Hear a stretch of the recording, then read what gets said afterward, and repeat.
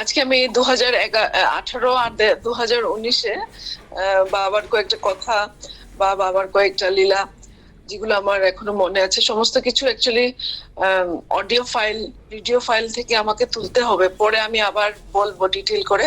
আজকে আমি একটু সংক্ষেপে বলছি, যা কিছু এখন আমার হাতে আছে সেগুলো দেখে বা নিয়ে বলছি, আর পরে আমি হয়তো আরো একটু ডিটেলে করব।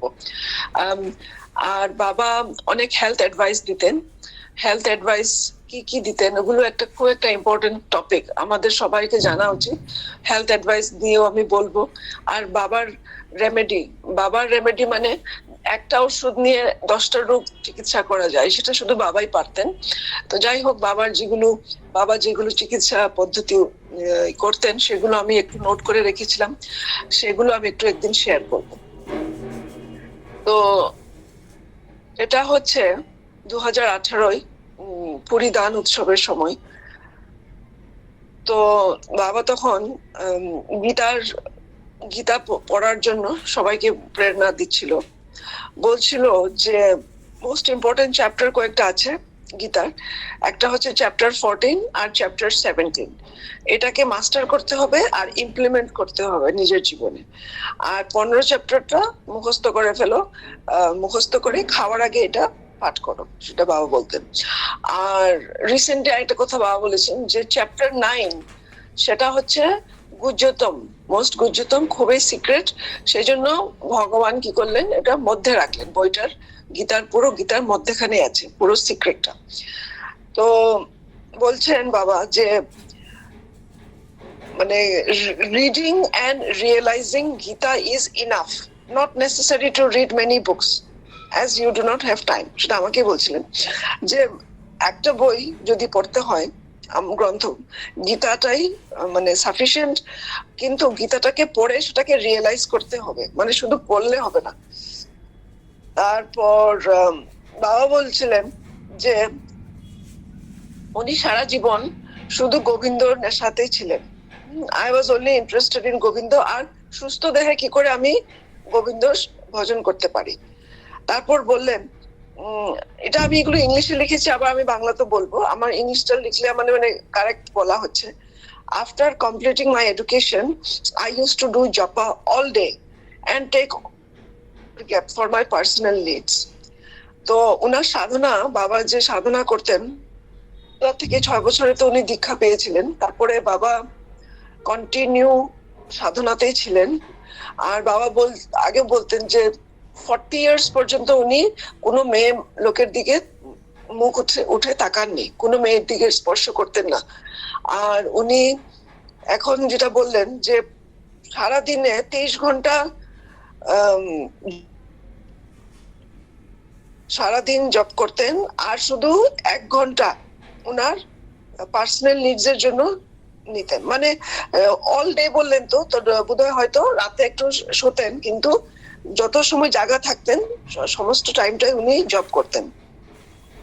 তারপর বললেন, mind is fickle, it is important to do japa with heart and soul. মন আমাদের খুব চঞ্চল, জবটা করতে হবে মন প্রাণ দিয়ে। তারপর গুরু ইজ গ্রেটার দেন গড, সেটা আমি আগের বার এটা বিস্তারিত ভাবে আমি বলেছি, কিভাবে বাবা কেন বললেন এটা।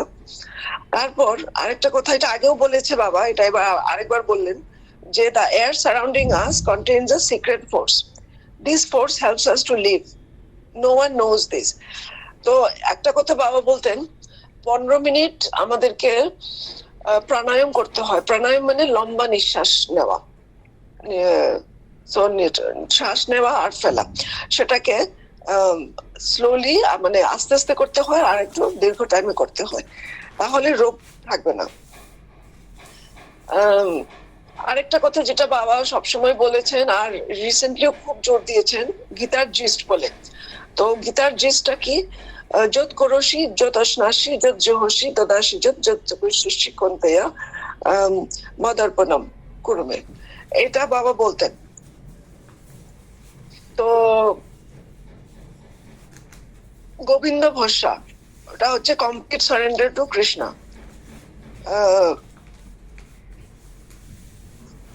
আচ্ছা, এবারে আমি আসি 2019-এ। তখন বাবার বয়স ছিল 123 বছর কমপ্লিট। তখন বাবা লন্ডনে আসেন, সঙ্গে আসেন মামুনিদি, সঞ্জয় সর্বজ্ঞ দাদা, অসীম দাদা, অসীম পাইন্দা আর সুমনা পাইন্দি। আচ্ছা, এই ট্রিপটাও কিন্তু বাবার মানে অনেকদিন আগে পরিকল্পনা করা ট্রিপ, আর ঠিক দুর্গাপূজার সময়তেই বাবা আসার প্ল্যান করেছিলেন। তো এই পুরো ট্রিপটাও খুব মানে গুরুত্বপূর্ণ ট্রিপ। উনি প্রচারে মানে ভগবত প্রচার, ভগবত প্রেম বিলি করার জন্য মানুষকে, যারা বিদেশে আছেন, আমাদের মানে সনাতন ধর্মের লোক আছেন যারা বিভ্রান্ত হয়ে আছেন, আমরা আছি শুধু চাকরির উপলক্ষে, টাকা আয় করার উপলক্ষে, কিন্তু আমরা যে আমাদের ধর্ম থেকে দূরে সরে যাচ্ছি, ওই রাস্তাটা, পথটা দেখানোর জন্যই গুরুদেব করুণা করে ওনার অপার করে এই বয়সে 123 বছরে উনি আসলেন। বাবা বলতেন যে ভক্তি মার্গে বা সাধনার বাধা কি কি হতে পারে। ওইগুলো বাধা হচ্ছে অহংকার, কাম, ক্রোধ আর লোভ। আর যখনই একটু মানে সময় মানে আমরা পাই, একান্ত সময় পাই, তখন চিন্তা করতে হবে আমার জীবনের লক্ষ্যটা কি, আমার গোল কি, আমি ভগবানের চরণে কি করে পৌঁছাতে পারবো। আর বাবা বলছেন যে বেশি কমপ্লিকেটেড আর কমপ্লেক্স পদ্ধতি দরকার নেই। যেরকম বেদ শাস্ত্র, এখন বর্তমান কলিযুগের সময়ও নেই লোকজনের, আর এখন এগুলো সব থিওরিটিক্যাল ম্যাক্সিমাম হয়ে গেছে। গড রিয়েলাইজেশনটা প্র্যাকটিক্যাল প্রসেস। আর শাস্ত্র আর তত্ত্ব জানা অনিবার্য নয়, তুমি ভগবানকে ভালোবাসাটাই আসল তপস্যা। আর যোগী কাকে বলে বা যোগ কি মানে কি, ভক্ত আর গোবিন্দর সাথে যে কানেকশন, ভক্ত ভগবানের যে কানেকশন, সেটাকে যোগ বলে। আর এই কানেকশনটা মেনটেন করা সব সময়, সেটাকে যোগা বলে। ভগবানের প্রাপ্তির অনেক রাস্তা আছে, যেরকম অনেকগুলো নদী গিয়ে সমুদ্রেতে এক সমুদ্রের মধ্যে মিলে, সেরকম ভগবানকে পাওয়ার অনেক রাস্তা আছে। সেজন্য আমাদেরকে মানে বিচার করার দরকার নেই কে কোন পথে আছে, কারণ সব পথে ভগবানের কাছে চলে যায়। যেটা বাবা বলেছেন, যেটা গীতাতে লেখা আছে, যে যেটা পথ মানে নিয়ে ভক্তি করতে চায়, ভগবান সেই পথটাকে দৃঢ় করে দেন, আর সে ভক্তি বিশ্বাসটাকেও দৃঢ় করে দেন, যাতে ভক্ত সেই পথ ধরে ভগবানের কাছে আলটিমেটলি আসতে পারে। তো যখন বাবা লন্ডনে আসলেন 2019-এ সেপ্টেম্বর অক্টোবর মাসের সময়, তখন আগের ভক্ত ছিলেন অনেক, যেগুলো 2011-তে যেগুলো বাবা থেকে অলরেডি কয়েকজনের দীক্ষাও নিয়েছিলেন, কয়েকজন বাবা আসবে বলে খুব মানে উৎসুক ব্যক্ত করেছিলেন, অনুপ্রাণিত হচ্ছিলেন। তো এই ভক্তদের মধ্যে আবার আমি নাম উল্লেখ করছি হিমাংশু গোস্বামী। ওনার কিন্তু সেদিনই ফ্লাইট ছিলেন, যেদিন বাবা এসে পৌঁছায় লন্ডন, তারপর দিন কিন্তু ওনার ফ্লাইট। উনি জানা মাত্রে রাত অনেক লেট করে আসলেন, বাবার সাথে দর্শন করলেন। ওনার ছেলে আর ছেলের বিয়ে হয়েছিল, ওনার ফটো, বৌমার ফটো নিয়ে এসে ফটোর আশীর্বাদ নিয়ে এলেন বাবার থেকে। তারপর বাবার থেকে মানে অনেক মানে প্রাণ ভরে উনি কথা বললেন। বাবা অনেক শেষ রাত্র লেট হয়ে গেছিল, তবু বাবা ওনাকে অনেক টাইম দিলেন। আর খুব আনন্দ উল্লাস বাবার মনেও, সব ভক্তদের মনে এই পুরো ট্রিপটাতে। রিকোয়েস্ট করবো চিন্তাও একদিন একটু বলার জন্য, ওনার কাছে হয়তো একটু নোটস আছে এই ট্রিপটার বিষয়ে, কি করে বাবা এসছিলেন। তো আমাকে পার্সোনাল কয়েকটা অ্যাডভাইস দিয়েছিলেন বাবা, যেটা আমি শেয়ার করছি। আর এগুলো কিন্তু সব হেলথ অ্যাডভাইস। বাবা জানতেন আমার লাইফস্টাইলটা খুব ডিফেক্টিভ, আমি বাটার, চিজ এগুলো খাচ্ছি, এগুলোতে রোগ সৃষ্টি হয়, সেজন্য আমাকে বললেন বাটার খাওয়া ছেড়ে দাও, তারপর তেল বেশি খাবে না, এগুলো বাবার মানে অ্যাডভাইস। আর বাবা নিজেও মানে বয়েলড ফুড সবসময় আজীবন খেয়ে চলেছেন। তো সেটাই বাবার উপদেশ। একদিন বাবা আমাকে বললেন, hear no evil, see no evil, speak no evil, that is the secret of long and happy life. দীর্ঘ জীবন আর সুখী জীবনের এটা একটা রহস্য।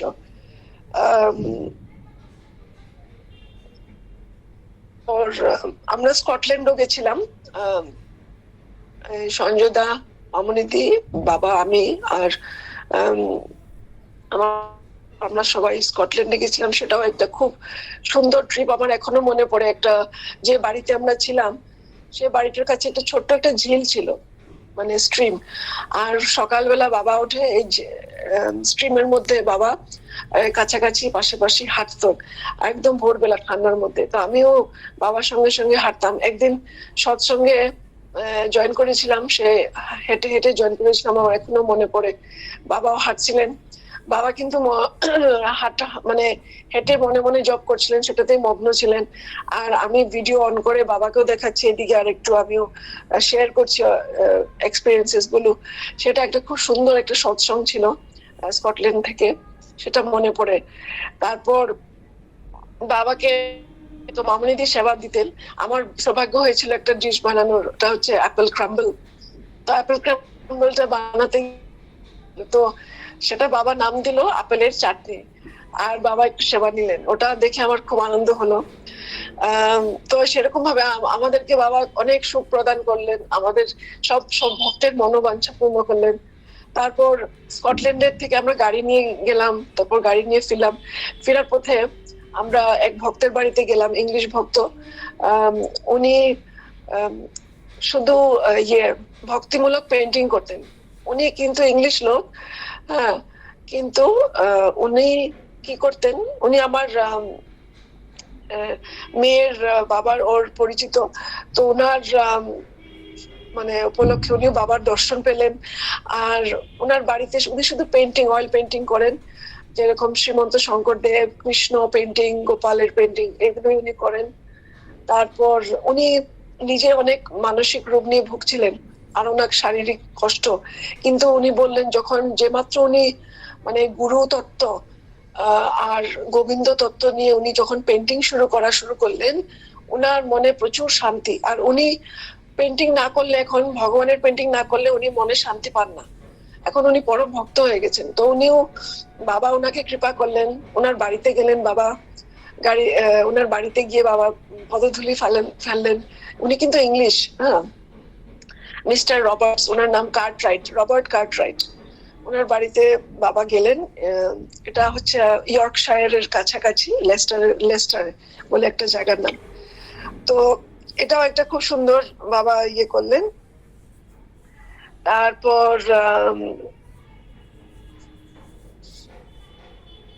বাবা আমাকে খুব জোর দিলেন মানে হাঁটার জন্য। সকাল মানে রোজ 1 ঘন্টা হাঁটতে হবে, না হাঁটলে প্রথমে হাইপারটেনশন, ডায়াবেটিস হবে, সেটা বাবা প্রেডিকশন করে গেলেন। আচ্ছা, তারপর আরেকটা কথা বললেন যে আমার ফলস হাঙ্গার আছে। আমরা কিন্তু অনেক সময় আমরা স্ন্যাকিং করি, যে খিদে, কিন্তু আসল খিদে নেই, আমরা এমনি মনের ভ্রম যে আমার খিদে পাচ্ছে, তখন আমরা সেবা করি। মানে ধরুন কিছু একটা স্ন্যাক্স নিলাম।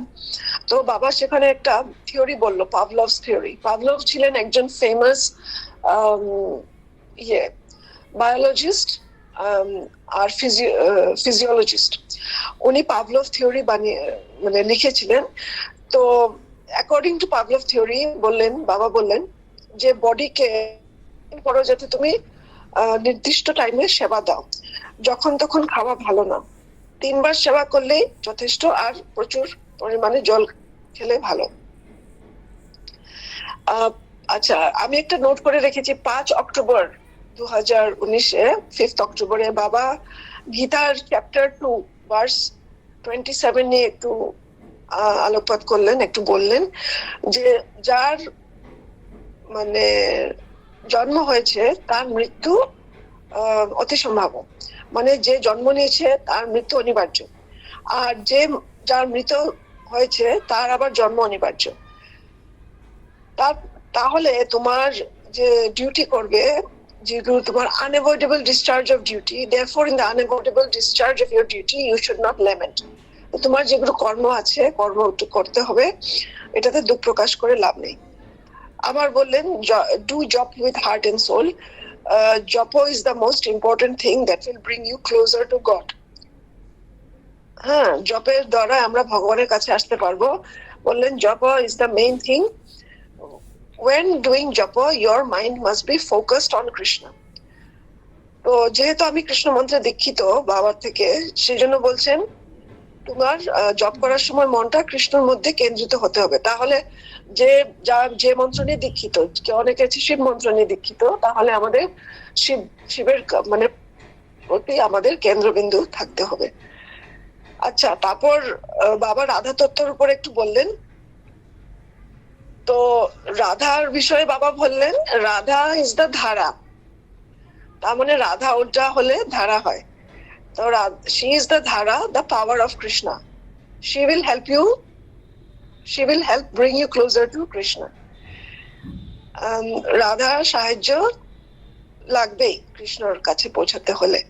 আর এই একই কথা কিন্তু বাবা কলকাতায় কালিন্দিতেও 2024 একই কথা বলছিলেন, যে রাধা তত্ত্বটা খুবই আমাদের জন্য প্রয়োজন, দরকারি। কারণ রাধার কৃপা না হলে ভগবান পাওয়া কষ্ট। আর রাধার কৃপা তখনই পাবো যখন আমাদের গৌর কৃপা হবে, আর গৌরের কৃপা হবে যখন আমাদের নিত্যানন্দ কৃপা হবে, আর নিত্যানন্দ কৃপা হবে কখন? যখন আমাদের গুরু কৃপা হবে। তো এটা একটা মানে প্রসেস। সে কথাটা বাবা লিখে দিয়েছিল রায়কে। ডক্টর রায় কলকাতাতে যিনি থাকে, বাবার পরম ভক্ত, ওনাকে বাবা এটা লিখিত দিয়েছিল। আর আমার ভাগ্যক্রমে ও যখন এই রায় বাবার কাছে বসা থাকে, বাবা এই তত্ত্ব কথা বলে, আর আমি ভাগ্যক্রমে আমি কাছে থাকলে আমি এগুলো শুনতে পাই। তো বাবা তখন বললেন, এটা আবার স্কটল্যান্ডের আর লন্ডনের কথা বলছি, বাবা বললেন যে আমাদের 6টা রিপু আছে। তো 6টা রিপু কি কি? কাম, ক্রোধ, লোভ, ফলস অ্যাটাচমেন্ট অর মোহ, মদ, মাৎসর্য।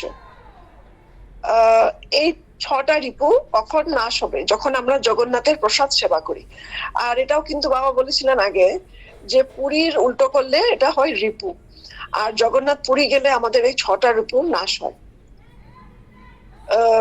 আবার চ্যাপ্টার 9 এর ভার্স 26-27 বললেন, যেটা আমি অলরেডি একবার বললাম এখানেই, যত করো সিজ দোষনাশী, যা কিছু করো ভগবানকে অর্পণ করে করো, যা কিছু খাচ্ছ ভগবানকে অর্পণ করে খাও।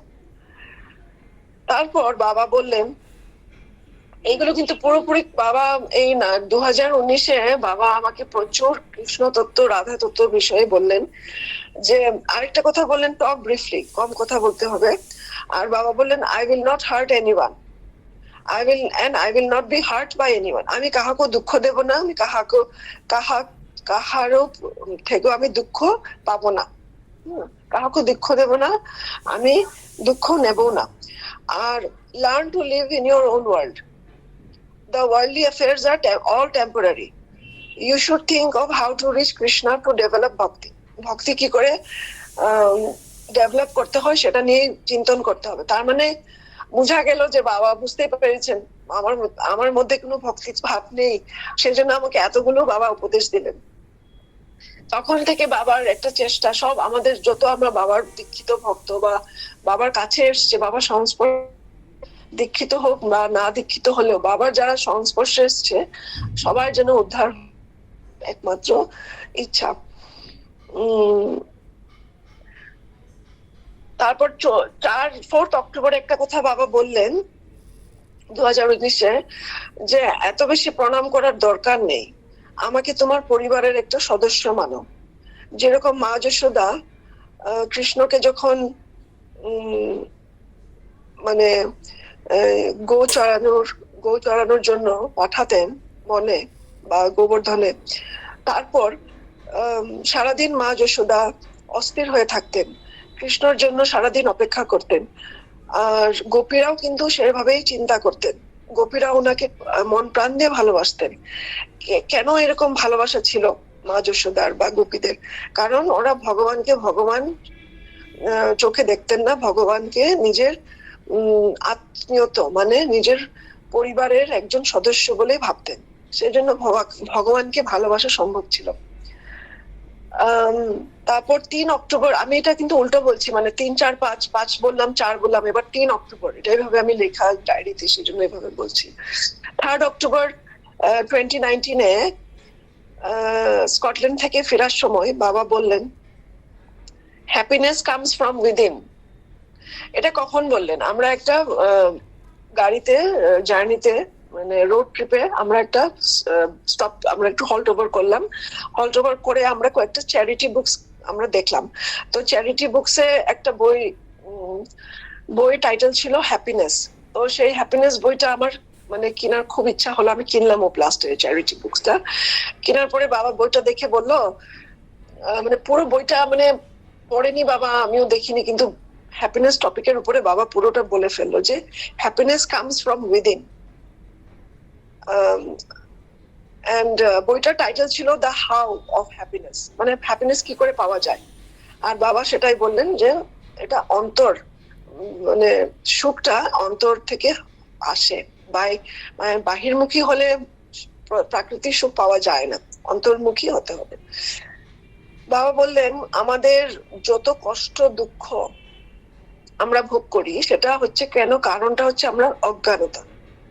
আমরা যখন লাইট দেখবো, when we see the light we will be free of all anxiety and unhappiness. আমরা যখন লাইট দেখবো বা প্রহর দেখবো, তখন আমরা সব চিন্তা মুক্ত হয়ে যাব, আর সমস্ত আমাদের কষ্ট দুঃখ অন্ত হয়ে যাবে।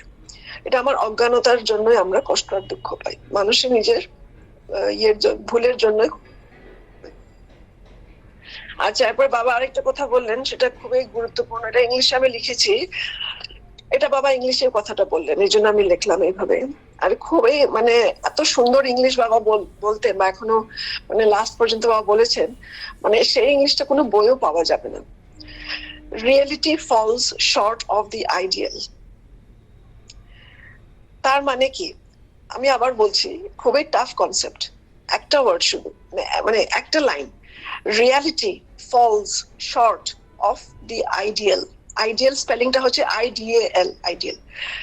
তার মানে বাবা বললেন, we imagine problems or things in greater magnitude than the actual size of the problem. তার মানে বাস্তব যা আমাদের সমস্যা আছে, বা আমাদের বাস্তব যা মানে আমরা মানে রিয়েলিটিটা, তার থেকে আমরা চিন্তা বা পরিকল্পনা কিন্তু বেশি বিরাট।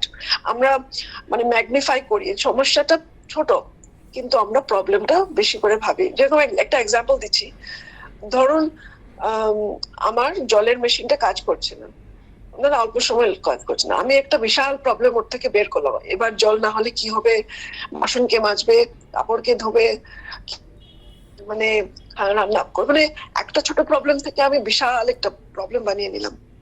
তো সেটাই বলছে যে রিয়েলিটিটা অল্পই থাকে, অ্যাকচুয়ালি আমরা ইমাজিন বেশি করি।